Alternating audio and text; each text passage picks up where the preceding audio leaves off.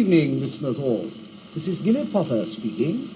I am out of town and shall continue to be until my creditors agree to accept 3 halfpence to the pound or die, preferably the latter. I am speaking tonight from the gasworks at Godalming. There is, by the way, at present a deep depression over Godalming, which will continue north along the road to Guildford, where it will turn left, enter the Red Lion, and disappear. Well, here we are again, all assembled, eager, excited, and I trust sober, to enjoy our periodical 10 minutes of edifying uplift tempered with innocuous hilarity. But before I commence my talk, it falls to my happy lot to be privileged to announce the results of 2 outstanding sporting events. First of all, the boat race. Incidentally, I was asked to make a running commentary on the boat race, but I wasn't going to run from Putney to Mortlake with a microphone in my hand for the BBC or any other letters in the alphabet. But I visited the river bank with an aged friend, a very aged friend. When you can tell how old he is, he can actually remember the year when Oxford won the race. The result was Cambridge first, Oxford second. The umpires launched 2 dogs and a straw hat tied for 3rd place. The next event was the football final. I went to Wembley to witness this great match. I have now been to Wembley 6 times, once through the gate and 5 times over the wall. On the last 5 occasions I have been taken there by a friend from Scotland. He comes down each year by train. A platform ticket enables him to board the train at Edinburgh, and at King's Cross he pays his fare from Finsbury Park. He tells me that this year his train was the slowest by which he has ever travelled. After stopping for half an hour for the 6th time, he called the guard and protested. The guard told him if he didn't like it, to get out and walk to London. I can't do that, he replied, as my friends aren't expecting me until this train arrives. But to return to Wembley, I liked the place. I liked the crowds of people. I did very well there this year, by the way. 2 watches and 3 handbags.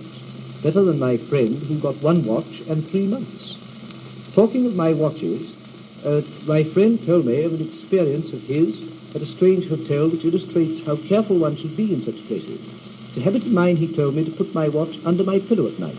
I went to bed last night, put my watch under the pillow as usual, woke up in the middle of the night, wanted to know the time, put my hand under the pillow to find the watch, and had it gone? I asked anxiously. No, he replied, but it was going. Incidentally, its loss would have been a very great blow to my friend, for it is one of the most curious watches I have ever seen. The small hand shows high water at London Bridge, and the big hand marks closing time at Galashiels.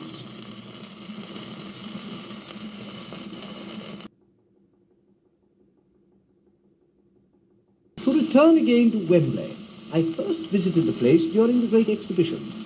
My brother, not the eldest one, the scholar, but the younger one, the staunch inebriate, had an official appointment there, or rather a series of official appointments. In the morning he was either in the waxworks as Crippen or on the lake as Grace Darling, according to the state of the weather.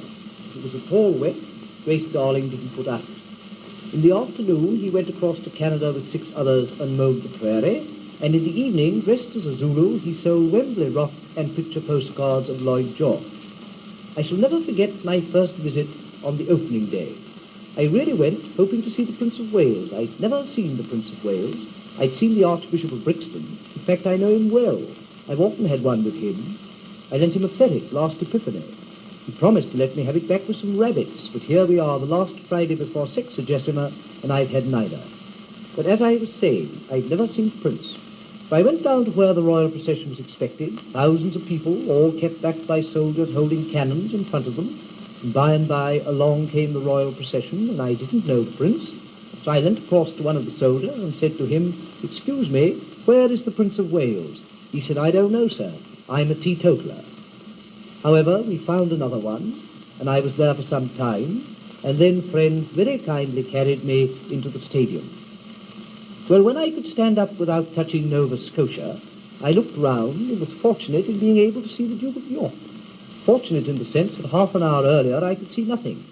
And as I looked at the Duke, I thought of the last time that we met. He came back from Eton on the Monday, and I came back from Dr. Bernardo's on the Tuesday. A most interesting coincidence. Australian papers, please copy. To return to the match, it was, I believe, a magnificent match. I nearly saw it once when the man in front of me fainted. The result was Bank of England 2, Huddersfield 0. This week, curiously enough, is a game full of sporting interest for me. For tomorrow, the Tufnell Park Early Closing Association are due to meet the Wandsworth and District Band of Hope Union in the final of the All England Tug of War. On Wednesday, I am playing Snakes and Ladders with the Vicar, and on Sunday, my Aunt Polly is coming from Saffron Walden. Altogether, an exciting week. Now, I was to address you tonight on the topic of station masters and their habits. And to make myself master of my subject, I wrote to 4,000 station masters in England and one in Essex. I also interviewed personally the station master of Victoria. With the 4,001 to whom I wrote having failed to reply to my letters, and the one whom I interviewed having told me that there were no cheap tickets to Kempton Park, I think the less said about station masters and their habits, the better.